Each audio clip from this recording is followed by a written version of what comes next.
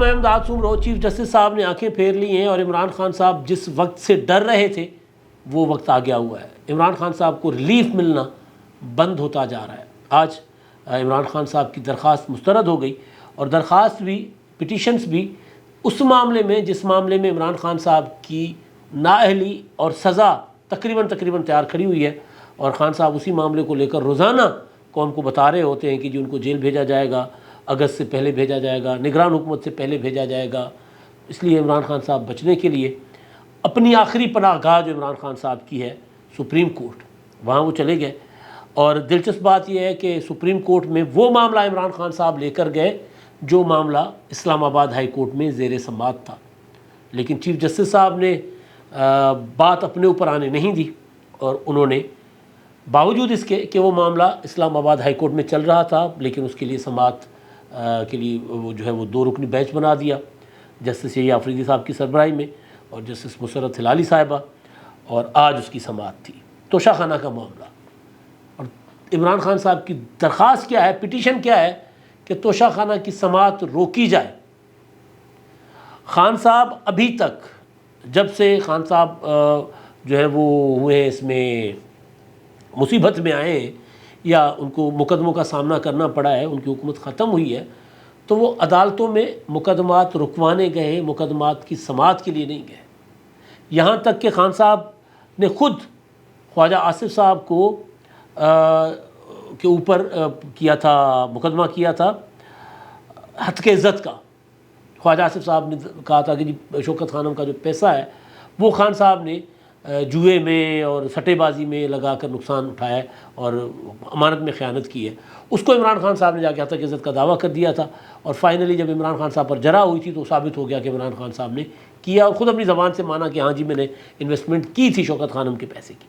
تو پھر جب وہ مقدمہ سزا کی طرف، یا کم از کم عمران خان صاحب کی جو ہتک عزت کا دعویٰ تھا اس کے مسترد ہونے کی طرف جانے لگا، تو خان صاحب نے اس کو بھی اسٹے لے کر رکوا دیا۔ تو مقدمے عمران خان صاحب روکتے ضرور ہیں، چلاتے نہیں ہیں۔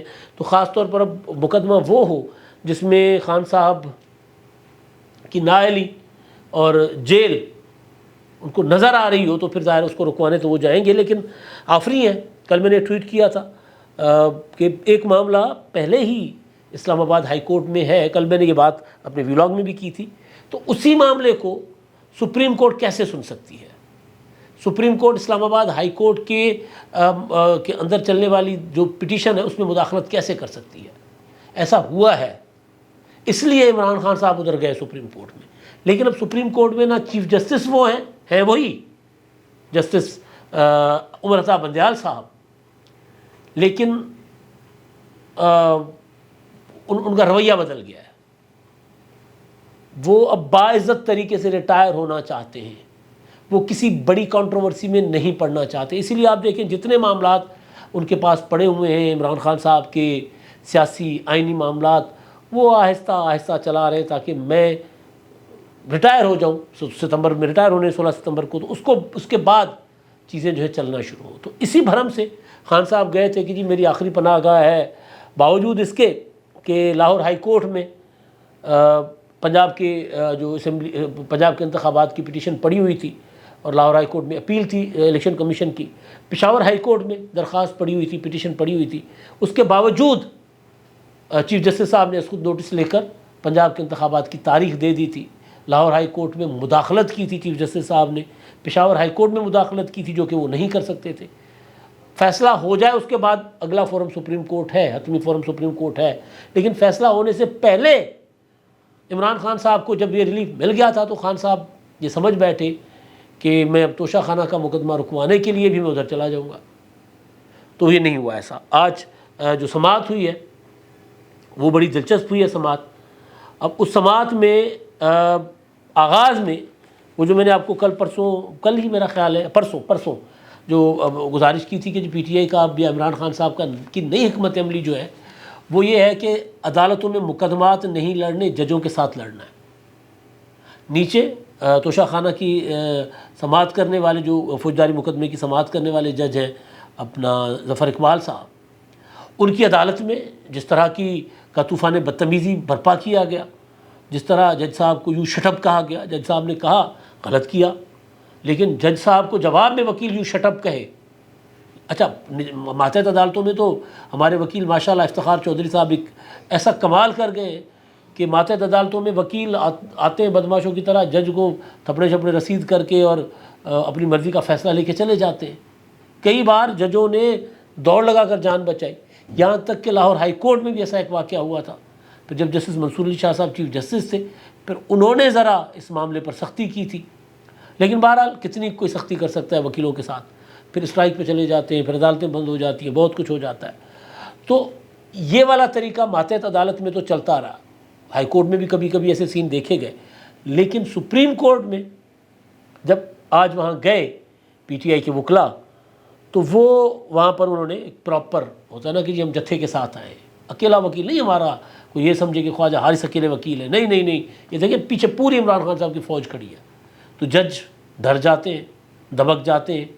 18 مارچ کو یاد کر لیں، یہی توشہ خانہ کا مقدمہ تھا، فرد جرم عائد ہونی تھی، عمران خان صاحب کے اریسٹ وارنٹ تھے، اس پر 14 اور 15 مارچ کو بدماشی دکھا کر عمران خان صاحب پھر 18 مارچ کو جب عدالت کی گارنٹی پر اسلام آباد کے جوڈیشل کمپلیکس گئے تھے تو وہاں پر عدالت کی اینٹ سے اینٹ بجا دی تھی. اور جج اس وقت اچھا ظفر اقبال آج نہیں ہے، آج ہمایوں دلاور تھے ابھی جو سن رہے ہیں، سوری یہ میں نے پہلے شاید نام غلط لے لیا تھا.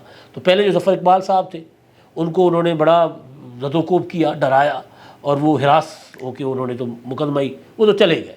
انہوں نے جس اسٹیج پر مقدمہ تھا اس کو پیچھے کر کے اور میٹیبلٹی کے ایشو تک چلے گئے تھے کہ ٹھیک ہے جی قابل سماعت ہونے پر آپ آرگومنٹ کریں، اور پھر خود ان کا تبادلہ ہو گیا اور وہ جان چھڑا کر نکل گئے. اب ہمایوں دلاور صاحب مقدمہ سن رہے ہیں. تو یہی طریقہ کار سپریم کورٹ میں اختیار کرنے کی کوشش کی گئی. ہوا یہ کہ آج جب مقدمہ جو پٹیشن تھی عمران خان صاحب کی جس میں انہوں نے استدعا کی کہ جی روک دیا جائے توشہ خانہ کا جو فوجداری ٹرائل ہے، اب وہ ٹرائل بالکل اپنی آخری اسٹیج پر ہے، بالکل تیار کھڑا ہوا ہے. پٹیشن یہ تھی کہ جی اس کو روکا جائے. اسلام آباد ہائی کورٹ میں معاملہ وہ تھا، اس میں کیا کہتے ہیں فیصلہ محفوظ ہو چکا ہوا تھا. اس کے باوجود ظاہر جب تک فیصلہ عدالت نہیں دیتی تو ماتحت عدالت تو اپنا کام کرتی رہے گی. اور وہ جج صاحب نے جو ہمایوں دلاور صاحب انہوں نے کہا کہ جی روزانہ کی بنیاد پہ سماعت ہوگی. اب وہ کسی قسم کا نہ استثناء دینے کو تیار ہے عمران خان صاحب کی حاضری، عمران خان صاحب کو حاضری سے، اور نہ وہ کسی بھی قسم کا جو ہے وہ التوا تاخیر کرنے کو تیار ہے. ظاہر ہے جب مقدمہ اسپیڈ پکڑ لے اور ملزم کے پاس اپنے حق میں سوائے 24-25 منٹ کا ایک ویلاگ کرنے کے یا 27-28 منٹ کا، اور اس میں صرف لیکچر دینے کے کہ جی دیکھیں جی میں نے تو چیزیں اٹھائی ہیں لیکن آصف زرداری اور نواز شریف صاحب نے بھی تو اٹھائی ہیں نا. جیسے آج القادر ٹرسٹ کیس میں عمران خان صاحب کا اتنا لمبا چوڑا ٹویٹ تھا، اس میں انہوں نے کہا کہ جناب یہ تو 190 ملین پاؤنڈ میں تو شریف فیملی بھی ملوث ہے، نواز شریف کے صاحبزادے حسین شریف نے 50 ملین پاؤنڈ کا جو ہے اپنا وہ اپارٹمنٹ بیچا ہے ملک ریاض کو، تو اس کا حساب ہونا چاہیے، یہ ہونا چاہیے. بھائی سوال یہ نہیں ہے، سوال سادہ سا ہے، توشہ خانہ ہو یا 190 ملین پاؤنڈ، آپ نے کیا فائدہ اٹھایا ملک ریاض کو قوم کے 190 ملین پاؤنڈ دے کر؟ جواب یہ ہے کہ 458 کنال زمین. توشہ خانہ سے آپ نے چیزیں اٹھائی ہیں، بالکل قانون کے مطابق آپ کہہ رہے ہیں میں نے اٹھائی ہیں، تو قانون کے مطابق چیزیں اٹھانے کا پروسیجر کیا ہے؟ پیسے کہاں سے آئے، کس اکاؤنٹ سے پیسے جمع ہوئے، کب ڈکلیئر کیے، یہ سارا کچھ حساب کتاب ذرا سامنے رکھا جائے. اور چیزیں بیچیں کس کو، گھڑیاں کس کو بیچیں، وہ بھی تو سامنے آئے گا نا. تو جب خان صاحب کے پاس اپنا نہیں ہے دفاع عدالت میں پیش کرنے کو، تو ٹی وی پر بیٹھ کر لوگوں کو لیکچر دے رہے ہیں کہ جی توشہ خانہ ہوتا کیا ہے. آصف زرداری نے گاڑیاں وہاں سے لے لی تھی، اٹھا لی تھیں، نواز شریف نے گاڑیاں اٹھا لی تھیں، مرسڈیز اور بلٹ پروف گاڑیاں، پھر لیکسس تو فلاں فلاں، تو ان کو کوئی تو ان کے اوپر مقدمات چلیں نہیں چلیں گے، چلنے چاہیے. بھائی حساب تو آپ نے اپنا دینا ہے نا.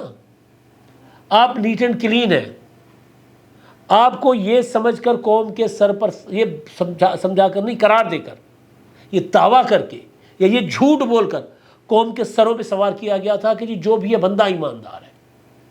اور جب بندے کی وارداتیں سامنے آتی ہیں تو بندہ اس کا جواب دینے کے بجائے عدالت میں مقدمہ لڑنے کے بجائے ججوں کے ساتھ لڑنے لگ جاتا ہے. تو درخواست کیا تھی کہ توشہ خانہ کی سماعت روک دی جائے.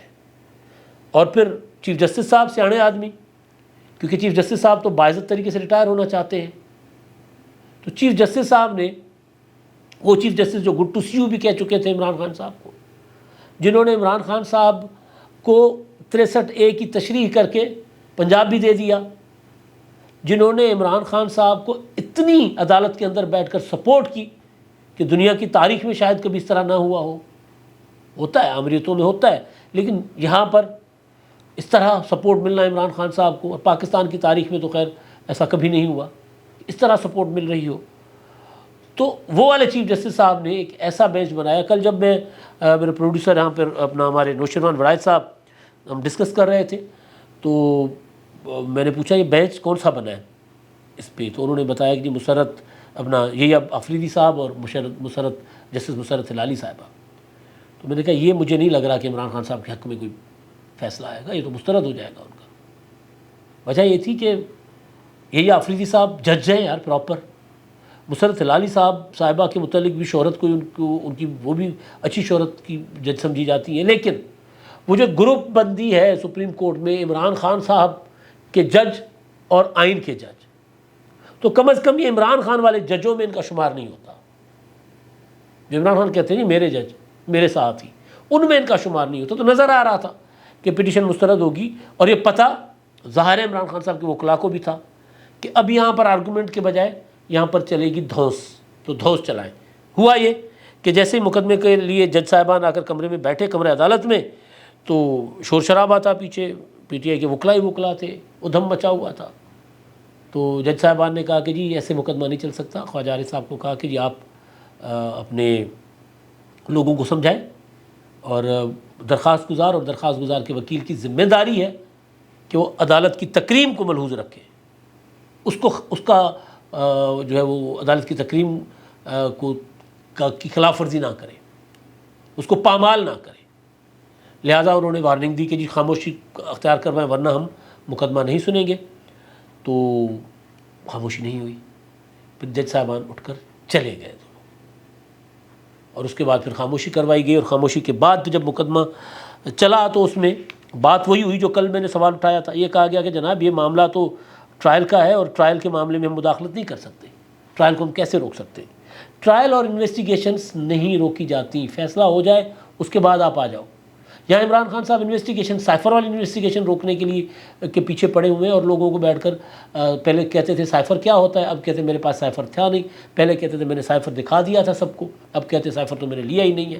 تو بہرحال عجیب و غریب قسم کی. اب والی بات ان کی اس حد تک ٹھیک ہے کہ سائفر کی جو اوریجنل سائفر تھا، جو سفیر نے بھیجا تھا کوڈز میں جو تھا، وہ تو ظاہر ہے وہ ادھر ہی پڑا ہوا ہے، لیکن اس کا جو مفہوم جس کو عمران خان صاحب کہہ رہے ہیں، اس کو جو اس کا تجزیہ کر کے ایک تحریر جو وزارت خارجہ نے کی ہے، بنائی تھی، وہ تحریر جو ہے وہ عمران خان صاحب کے پاس تھی، تو انہوں نے وہ گوا دی.